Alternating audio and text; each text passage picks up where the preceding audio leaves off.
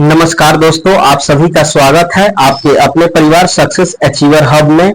आज के इस वीडियो लेक्चर में मैथ प्रैक्टिस सेट नंबर 5 का डिस्कशन करेंगे, जो कि loco pilot practice set SK Jha sir द्वारा प्रकाशित किया गया है, लेटेस्ट वाला। उसी से हम सारे क्वेश्चन को कवर करेंगे। तो चलते हैं अब अपने क्वेश्चन की ओर। उससे पहले यदि आप चैनल पर नए हैं तो चैनल को सब्सक्राइब, वीडियो को लाइक एवं कमेंट जरूर करें, जिससे कि मेरा मोटिवेशन हाई हो सके। ठीक है, तो चलते हैं अपने क्वेश्चन की ओर, नेक्स्ट क्वेश्चन की ओर। क्वेश्चन नंबर 2 क्या कहता है? उस घन के विकर्ण की लंबाई ज्ञात कीजिए जिसकी भुजा की 3 सेंटीमीटर है। ठीक है, तो हम सबसे पहले इसके सॉल्यूशन की ओर चलते हैं। तो यहाँ पे दिया हुआ है इसका जो एक साइड का वैल्यू है, घन का जितने भी साइड्स होते हैं वो सभी इक्वल होता है। ठीक है, तो एक घन का साइड का लेंथ दिया हुआ है 3 सेंटीमीटर एवं घन का विकर्ण का फॉर्मूला होता है √3 इंटू भुजा। ठीक है, तो √3 इंटू भुजा की जगह कितना दिया है? 3 दिया है, तो इसको 3 इंटू √3 से मल्टीप्लाई करेंगे तो 3√3 हो जाएगा। यह हमारा आंसर हो जाएगा, जो कि ऑप्शन नंबर बी में दिया हुआ है। ठीक है, ऑप्शन नंबर डी हमारा यहाँ सही हो जाएगा। फिर हम अगले क्वेश्चन की ओर चलते हैं। अगला क्वेश्चन क्या कहता है?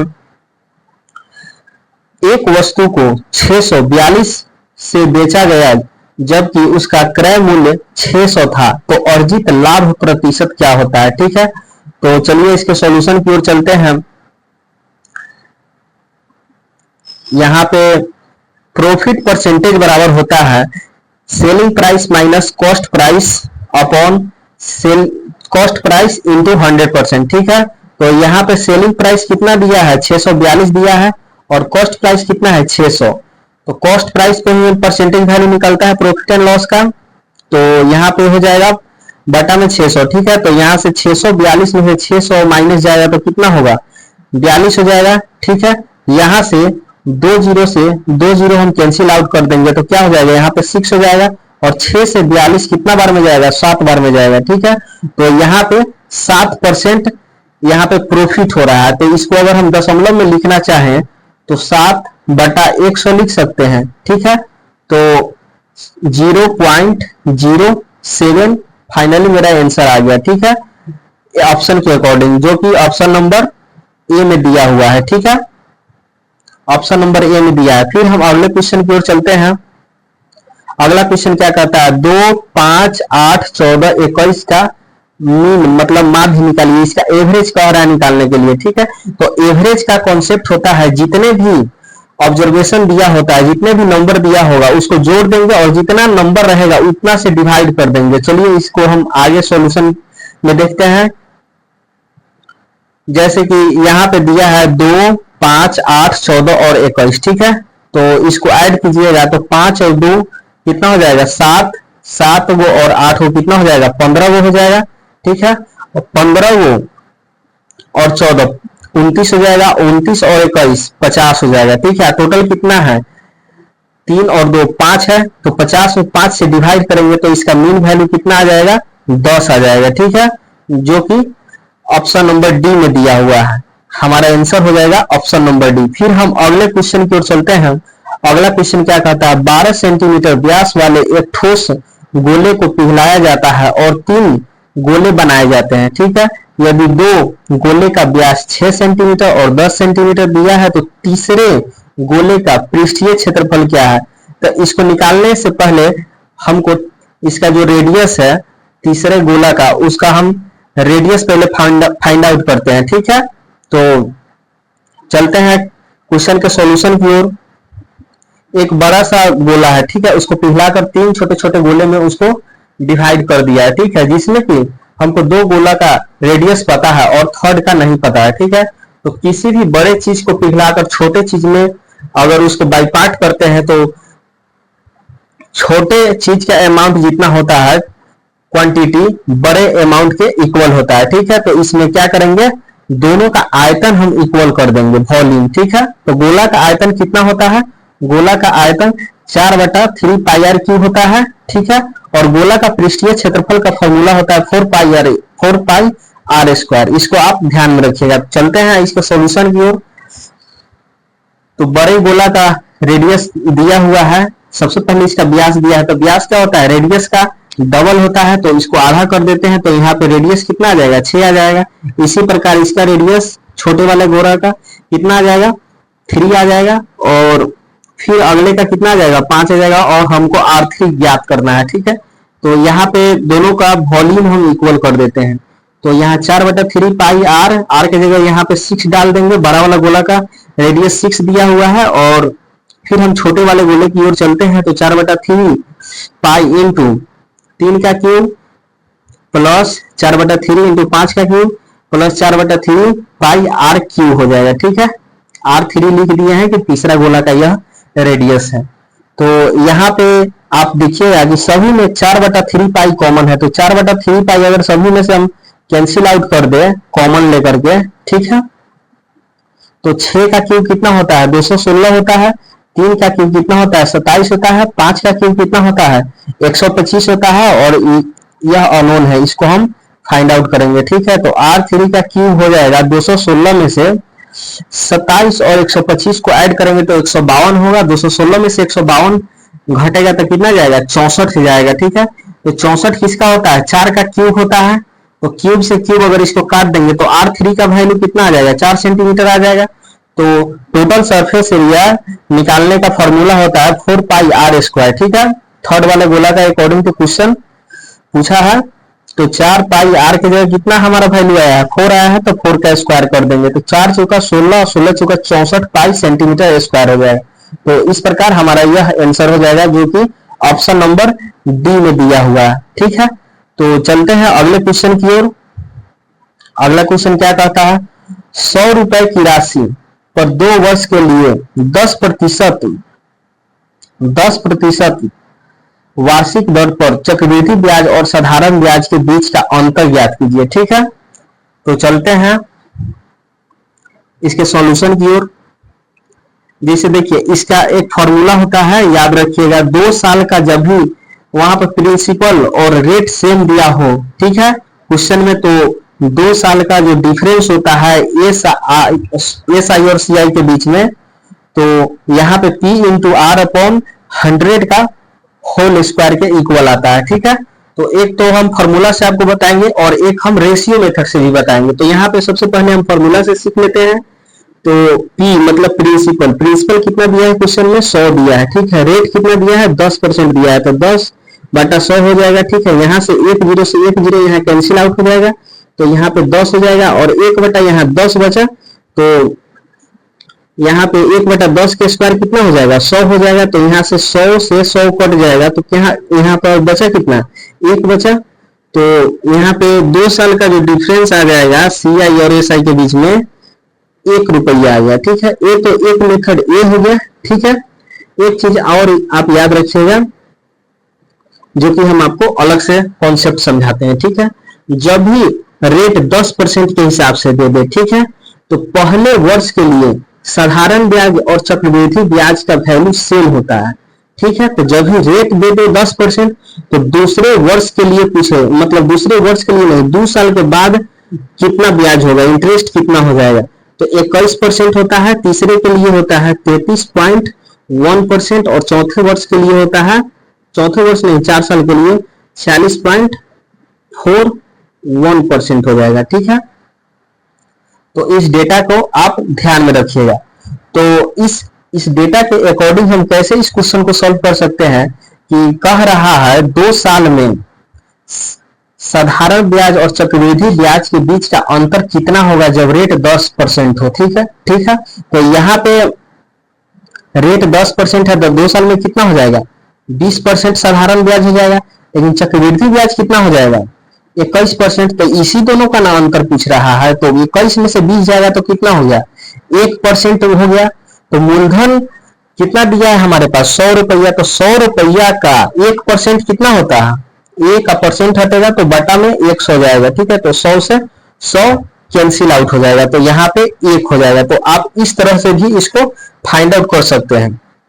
यहाँ पे एक फॉर्मूला और है जिसको आप ध्यान में रखिएगा। D2 के लिए तो आप सीख लिए, 2 साल के लिए P इंटू आर अपॉन 100 का होल स्क्वायर, अगर 3 साल का पूछ ले, ठीक है, तो यहाँ पे कुछ नहीं करना है, ये दोनों सेम रहेगा, P इंटू आर अपॉन 100 का whole square into 300 plus r upon 100। ठीक है, इसको आप ध्यान में रखिएगा, यह हम एक्स्ट्रा पॉइंट बताए हैं, ठीक है, जो कि आपके एग्जाम के लिए बेनिफिशियल होगा। फिर हम अगले क्वेश्चन की ओर चलते हैं। अगला क्वेश्चन क्या कहता है, पाइप ए 50 मीटर की प्रति आवर की दर से एक टंकी को भरता है, पाइप बी उसी टंकी को 4 घंटे यानी कि भरने में 4 घंटे लगता है। ठीक है, तो एक साथ खोलने पर वे टंकी को 2 घंटे में भर देते हैं, तो टंकी का आयतन पूछ रहा है। ठीक है, तो यह बहुत सिंपल क्वेश्चन है। चलते हैं इसके सॉल्यूशन की ओर। क्वेश्चन क्या कहता है, क्वेश्चन तो हम समझ लिए और अगले स्टेप में चलते हैं। ठीक है, तो यहाँ पे ए और बी जो है 2 घंटे में टंकी को फुलफिल कर दे रहा है। ठीक है, और बी जो है अकेले 4 घंटे में टंकी को भरेगा। तो इसको हम एलसीएम मेथड से इसके कैपेसिटी को हम निकालते हैं, तो 4 और 2 का एलसीएम क्या हो जाएगा, यहाँ पे 2 आ जाएगा। तो 4 से अगर हम 4 को डिवाइड करेंगे तो एक बार में कटेगा, और 4 को 2 से डिवाइड करेंगे तो 2 बार में कटेगा। ठीक है, तो यहाँ पे ए प्लस बी का इफिशियंसी 2 यूनिट है, यहाँ बी का इफिशियंसी 1 यूनिट है। तो यहाँ पे 2 है तो इसका तो 1 आ ही जाएगा। ठीक है, तो इसका भी 1 ही होगा, 2 में से 1 इफिशियंसी अगर बी का हम घटा लेते हैं तो 1 ही बचेगा। तो इसी इफिशियंसी का वैल्यू हमको क्वेश्चन में दिया है कि ये जो है प्रति घंटा 50 मीटर क्यूब टंकी को भर सकता है।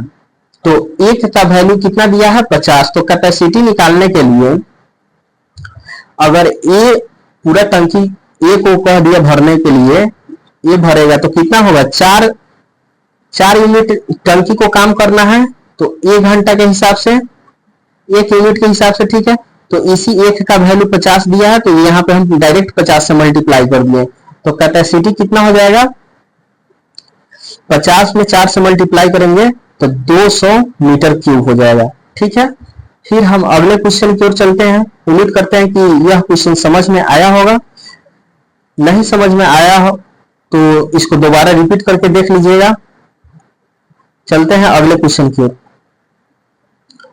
अगला क्वेश्चन क्या कहता है, बिंदु 2 और 3 का एक्स अक्ष पर प्रतिबिंब क्या होगा। ठीक है, इस टाइप के जितने भी क्वेश्चन होगा इसको कैसे शॉर्ट ट्रिक से बनाना है, इसको अगर प्रोसेस से जाइएगा तो बहुत समय लग जाएगा।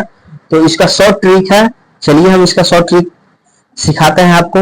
यहाँ पे देखिए हम क्वाड्रेंट पहले से ड्रॉ कर चुके हैं। ठीक है, यह फर्स्ट क्वाड्रेंट हो गया, सेकेंड क्वाड्रेंट, थर्ड और फोर्थ हो गया। ठीक है, तो कह रहा है जो एक्स अक्ष के अकॉर्डिंग 2 और 3 का इमेज निकालना है। ठीक है, तो सबसे पहले 2 और 3 दोनों पॉजिटिव वैल्यू है, तो हम तो यह डिसाइड कर लिए कि यह फर्स्ट क्वाड्रेंट का है।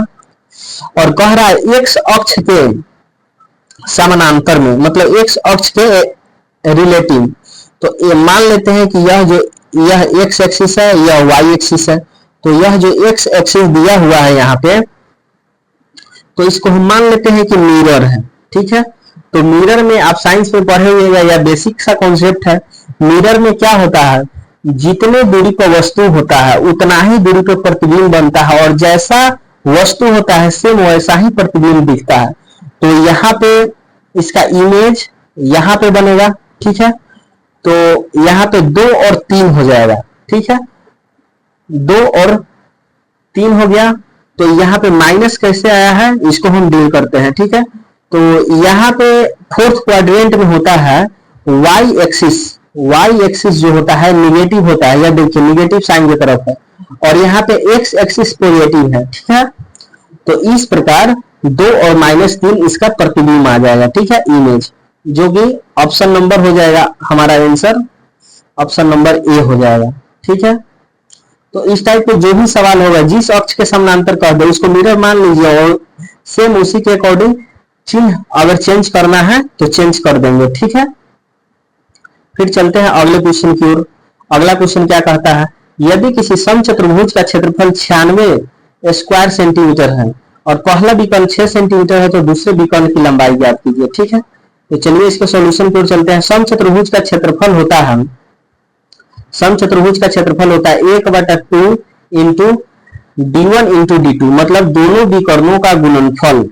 ठीक है, तो यहाँ पे समचतुर्भुज का क्षेत्रफल दिया हुआ है कितना, 96। ठीक है, तो 1/2 और एक विकर्ण का वैल्यू दिया है 6। ठीक है, तो यहाँ से 2 से काट लेते हैं तो 3 बार में कट जाता है। d2 का वैल्यू कितना हो जाएगा, 96 और बटा 3। तो 96 को अगर 3 से डिवाइड करेंगे तो कितना बार में जाएगा, तो 32 बार में जाएगा। तो इसका दूसरा विकर्ण क्या आ गया, 32 सेंटीमीटर।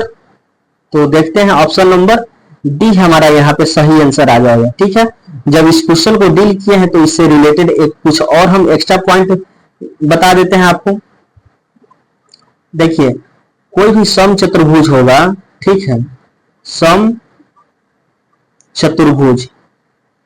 तो यहाँ पे एक रिलेशन होता है डायगोनल के और साइड के बीच में, d1 square plus d2 square is equal to 4a square होता है। ठीक है, इसको आप रिमेंबर कीजिएगा। ठीक है, फिर नंबर जो कि ट्रिगोनोमेट्री से है। ठीक है, सेक 30 डिग्री प्लस कॉस 30 डिग्री का वैल्यू हमको याद करना है। ये तो सिंपल है, डाटा आप याद किए होइएगा, वहां से इसको हम सॉल्व करते हैं। सेक 30 का वैल्यू क्या होता है, 2/√3, और यहाँ पे cos 30 का वैल्यू कितना हो जाएगा, √3/2 हो जाएगा। यहाँ पे हम एलसीएम ले लेते हैं तो 2√3 एलसीएम आ जाएगा, √3 से √3 कैंसिल आउट हो जाएगा, तो 2 से यहाँ मल्टीप्लाई हो जाएगा, तो कितना हो जाएगा, 2 दूनी 4, प्लस यहाँ √3 से √3 में मल्टीप्लाई करेंगे तो 3 हो जाएगा, तो 2√3 हो गया। ठीक है, तो यह 4 और 3 कितना हो गया, 7, तो 7/2√3 यही हमारा आंसर आ जाएगा। एक डेटा दिया हुआ है जिसका कह रहा है बहुलक ज्ञात कीजिए। ठीक है, बहुलक नाम से ही स्पष्ट है, जो अधिक बार डेटा प्रेजेंट होगा उसी को हम बहुलक कहते हैं। ठीक है, तो यहाँ पे हम इसको चेक कर लेते हैं।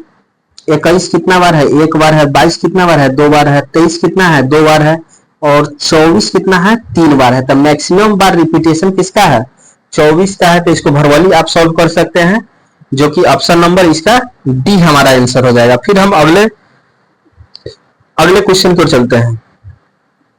अगला क्वेश्चन क्या कहता है, एक वस्तु को 760 रुपए में बेचे जाने पर 5% की हानि हुई, तो वस्तु का क्रय मूल्य क्या है। ठीक है, तो चलिए इसके सॉल्यूशन की ओर चलते हैं। यहाँ कॉस्ट प्राइस हो गया, यहाँ पे सेलिंग प्राइस हो गया, तो यहाँ पे कह रहा है 5% के लॉस पर बेचा है, तो 5% का फ्रैक्शन वैल्यू होता है 1/20। तो यहाँ पे जो हर में दिया हुआ है तो यह मूल वैल्यू होता है। ठीक है, तो मान लेते हैं कि 20 की वस्तु है और 5% के लॉस, तो 20 का 5% कितना होता है, 1 होता है, तो 20 का वैल्यू है और 19 में बेच दिया है। ठीक है, तो इसी का हमको दिया है सेलिंग प्राइस, दिया है सेलिंग प्राइस 760 दिया हुआ है, तो यह कितना बार में 19 से जाएगा, 40 बार में चल जाएगा। ठीक है, तो कॉस्ट प्राइस निकालने के लिए इसमें 40 से मल्टीप्लाई कर देंगे तो क्या आ जाएगा, कॉस्ट प्राइस आ जाएगा 4 दूनी 8, मतलब 800 हमारा आंसर आ गया। ठीक है, फिर हम अगले क्वेश्चन की ओर चलते हैं। अगला क्वेश्चन क्या कहता है, यह अलजेब्रिक एक्सप्रेशन से है।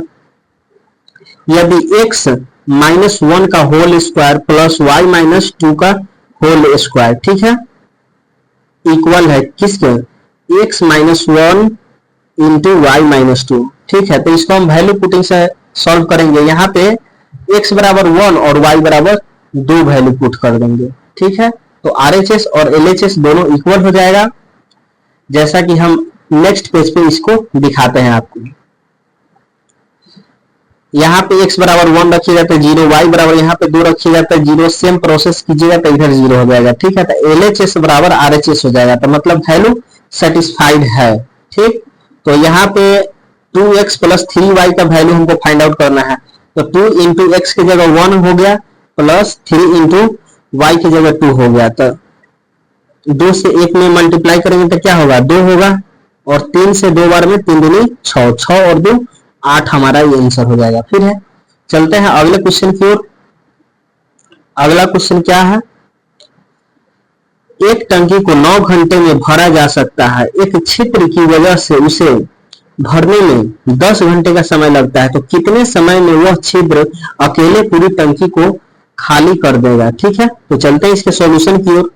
यहाँ पे देखिए, जो भी इनलेट पाइप होगा, टंकी को भरने वाला पाइप होगा, उसको हम पॉजिटिव मान लेते हैं। ठीक है, और जो खाली करने वाला है उसको हम नेगेटिव मान लेते हैं। तो जो भरने वाला पाइप है वह 9 घंटे में भर देता है, और टंकी में कहीं छेद है जिसके कारण उसको भरने में 10 घंटे लगता है, मतलब 1 घंटा एक्स्ट्रा लगता है। ठीक है, तो चलिए हम इसकी इफिशियंसी फाइंड आउट करते हैं।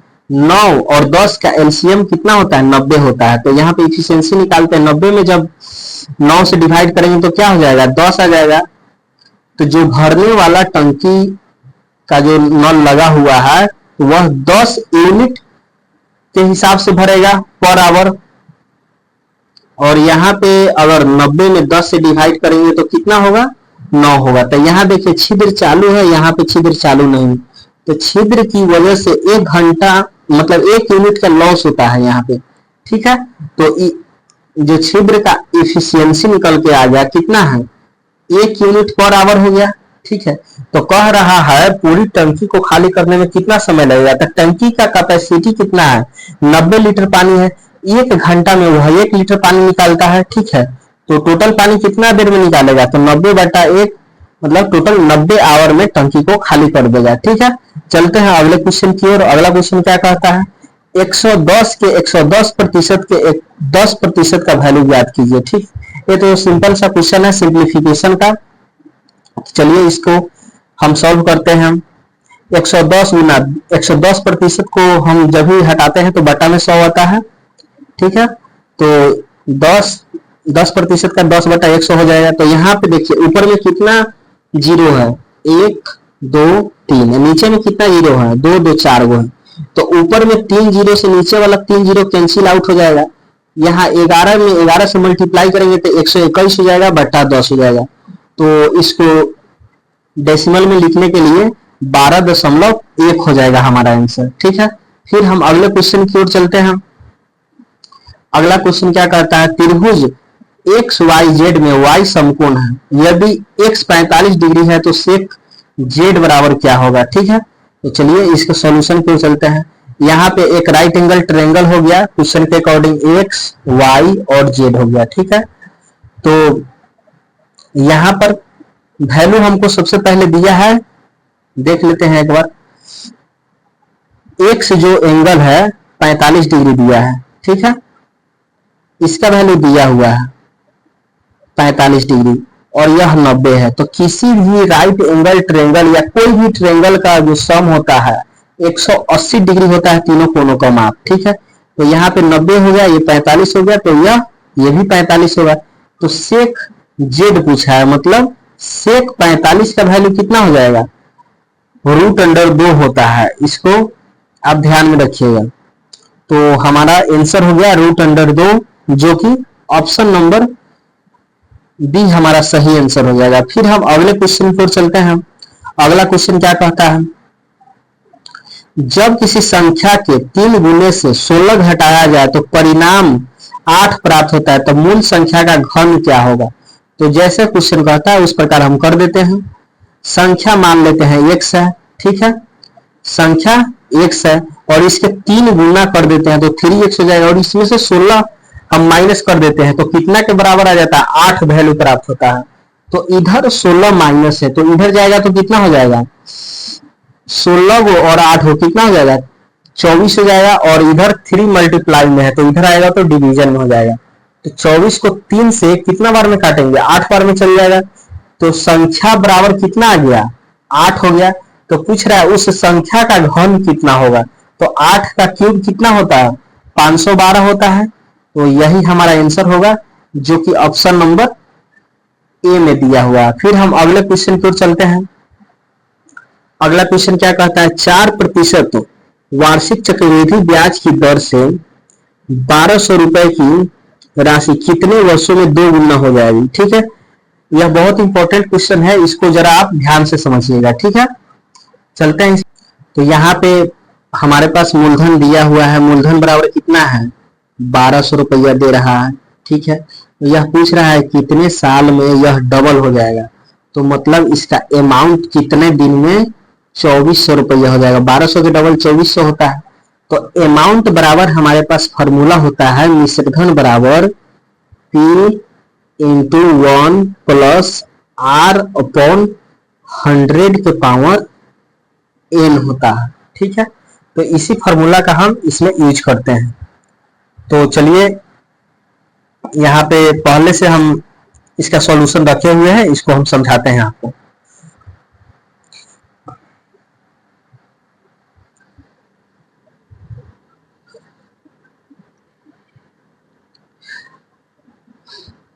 यहाँ पे फॉर्मूला में पुट करते हैं, अमाउंट बराबर 2400 हो जाएगा और P की जगह 1200 हो जाएगा इंटू 1 प्लस R की जगह कितना है 4% है, तो 4/100 इंटू पावर n हो जाएगा। n क्या है, समय है, ठीक है।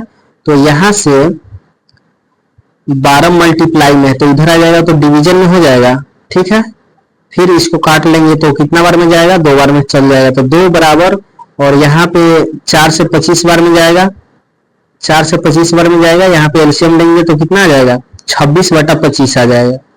तो 2 बराबर 26/25 का होल पावर n है, ठीक है। अब इसको सॉल्व कैसे करें, तो यहाँ पे हम लॉग का यूज करते हैं, ठीक है। लॉग का यूज करते हैं। अगर आप लोगों को नहीं लॉग का कॉन्सेप्ट पता है तो आप कमेंट जरूर कीजिएगा, हम लॉग के ऊपर भी एक वीडियो बना देंगे, ठीक है। तो यहाँ पे फिलहाल समझते हैं, दोनों तरफ अगर हम लॉग ले लेते हैं, ठीक है, तो लॉग 2 बराबर लॉग 26/25 के पावर n हो जाएगा, ठीक है। तो यहाँ पे हम आपको बेसिक समझाने के लिए यूज करते हैं लॉग a/b के पावर अगर m है, ठीक है। तो यह होता है m इंटू लॉग a/b होता है, मतलब पावर इसके मल्टीप्लाई में आके सेट हो जाता है। तो इसी प्रकार यहाँ पे यूज करेंगे, तो लॉग 2 का वैल्यू होता है 0.30103 और पावर n है तो n मल्टीप्लाई में आ जाएगा, और लॉग a/b का वैल्यू होता है लॉग a-b, तो वही यहाँ पे वैल्यू पुट किए हैं, ठीक है। तो लॉग 26 और लॉग 25 का वैल्यू यहाँ पे आ जाएगा। तो इस प्रकार हम इसको सॉल्व करेंगे तो अप्रोक्स 17.7 के आसपास आएगा, ठीक है, जो कि हमारा ऑप्शन नंबर डी में दिया हुआ है, ठीक है। तो यहाँ पे ऑप्शन नंबर डी हमारा सही आंसर हो जाएगा।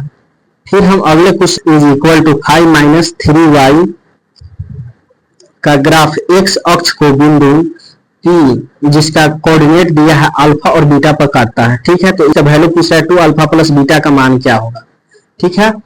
तो चलते हैं इसके सॉल्यूशन की ओर। इसमें एक चीज का आप ध्यान रखिएगा, जिस एक्सिस का डिस्कस करें इस क्वेश्चन में उस एक्सिस के अपोजिट एक्सिस का वैल्यू 0 रखेंगे। जैसे कि इस क्वेश्चन में एक्स एक्सिस के बारे में डिस्कस कर रहा है, ठीक है, तो y बराबर 0 इसमें वैल्यू पुट कर देंगे। तो यहाँ पे क्वेश्चन में अगर हम y बराबर 0 वैल्यू पुट करते हैं तो x का वैल्यू कितना आ जाएगा, x 5/2 आ जाएगा, ठीक है। तो यहाँ पे कोऑर्डिनेट अगर हम निकालेंगे तो क्या आ जाएगा, 5/2, 0 आ गया, ठीक है। तो यह अल्फा का वैल्यू हो गया, यह बीटा का वैल्यू हो गया, ठीक है। तो अल्फा का वैल्यू 5/2 है, तो यहाँ पे मल्टीप्लाई करेंगे, 2 गुने अल्फा की जगह 5/2 से मल्टीप्लाई करेंगे तो 2 से 2 कैंसिल आउट हो जाएगा, ठीक है। प्लस बीटा की जगह कितना है, 0 है, बीटा की जगह 0 है यहाँ पे, तो 2 से 2 कैंसिल आउट हो गया, तो 5 में 0 का मतलब कोई बनता नहीं है, तो यहाँ पे 5 ही आंसर हो जाएगा, ठीक है। फिर हम अगले क्वेश्चन की ओर चलते हैं। इसका हम यहाँ पे सॉल्यूशन डिटेल में किए हुए हैं, इसको आप देख लीजिएगा। चलते हैं अगले क्वेश्चन की ओर। अगला क्वेश्चन क्या कहता है, और यह आज का लास्ट क्वेश्चन है जो एज से रिलेटेड है।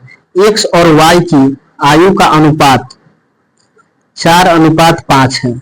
6 वर्ष बाद यह अनुपात 6 से 7 हो जाएगा। ठीक है, तो y की वर्तमान आयु पूछ रहा है। तो चलते हैं इसके सॉल्यूशन की ओर।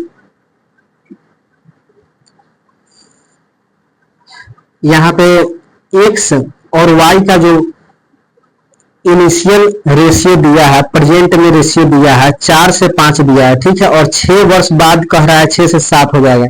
तो एज डिफरेंस जो होता है हमेशा इक्वल होता है। ठीक है, तो 4 से 5 यहाँ पे 1 है, 6 से 7 1 है, मतलब एज डिफरेंस सेम है। तो यहाँ पे ईयर डिफरेंस का वैल्यू देख लेते हैं। तो 5 से 7 है और यहाँ पे 4 से 6 है। तो 2 का वैल्यू कितना है? 6 है। तो 1 का वैल्यू कितना हो जाएगा? 3 आ जाएगा। ठीक है, तो यहाँ पे y का वर्तमान पूछ रहा है, एज कितना है, तो y का 5 हो जाएगा और इसका जो कोफिशिएंट आया है कितना? 3 है। तो 5 3 कितना हो जाएगा? 15 हो जाएगा। तो इस प्रकार y का एज 15 वर्ष आ गया। ठीक है, जो कि ऑप्शन नंबर ए में दिया हुआ है। ऑप्शन नंबर ए हमारा सही आंसर हो जाएगा। तो दोस्तों, वीडियो कैसा लगा आप वीडियो में कमेंट कीजिए। जो भी दिक्कत है, आपकी जो भी क्वेरी रह जाती है, जिसको हम जवाब हम अगले वीडियो में देंगे। और वीडियो को अधिक से अधिक शेयर कीजिए, लाइक कीजिए एवं चैनल को सब्सक्राइब कीजिए, ताकि हम अधिक से अधिक आप लोगों के लिए वीडियो बनाकर मेहनत कर सके। साइंस का भी सीरीज बहुत जल्द आने वाला है, जो कि बिहार एसएससी का एग्जाम डेट नजदीक में ही है, मतलब होने वाला ही है, एवं एएलपी का एग्जाम भी नजदीक है। तो इसके रिगार्डिंग हम साइंस का एक खास सेट लेकर आने वाले हैं, जो कि प्रीवियस ईयर का होगा। उसका सॉल्यूशन हम बहुत डिटेल में करेंगे। तो इस प्रकार वीडियो को अधिक से अधिक शेयर कीजिए, ताकि अधिक लोगों तक पहुंच पाए। और कोई भी दिक्कत हो तो उसको आप कमेंट में कमेंट करके छोड़ दीजिए, हम अगले वीडियो में उसका सॉल्यूशन कर देंगे। ठीक है।